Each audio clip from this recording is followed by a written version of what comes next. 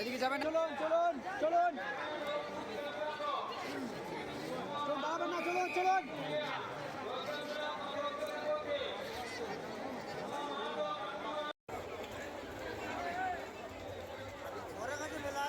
মন্ডল কোথায় আছো?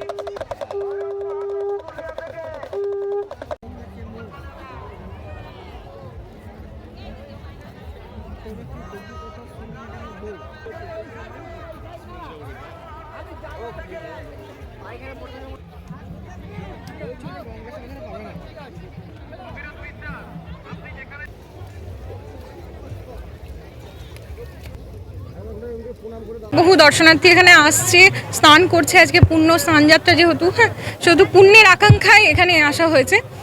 আর শীত লাগছিল আগে, বাট স্নান করার পর আর সেরকম অনুভূতি নেই, এখন বেশ ভালো লাগছে। আগে থেকে অনুভূতি আগে কি আসা হয়েছিল? না, এবার প্রথম। কেমন? ভীষণ ভালো অনুভূতি, বেশ শান্ত, হ্যাঁ, মন পবিত্র হয়ে গেছে।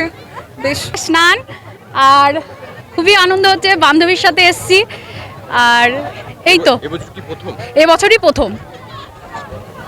কেমন সকাল থেকে কি অনুভূতি হলো?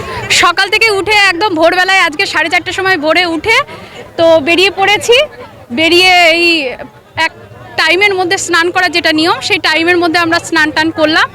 চান করবার উপলক্ষে মকরবাহিনী গঙ্গাকে চান করবে, ভক্তরা আসেন, ছেলে মেয়ে বউ বাচ্চা কাচ্চা সবাই শান্তি শৃঙ্খলা বজায় রেখেই এখানে চানটা হয়। প্রত্যেক বছরেই হয়। অনেক দূর দূর দেশ থেকে আসেন। এই আঁকড়ায় আঁকড়ায় বাউল গান হবে, কীর্তন হবে, ভোগ মচ্ছব হবে, প্রসাদ পাবে। একদিন দুদিন 3 দিন থাকবে, তারপর সবাই চলে যাবে, যার যার ঘরে শেষে চলে যাবে।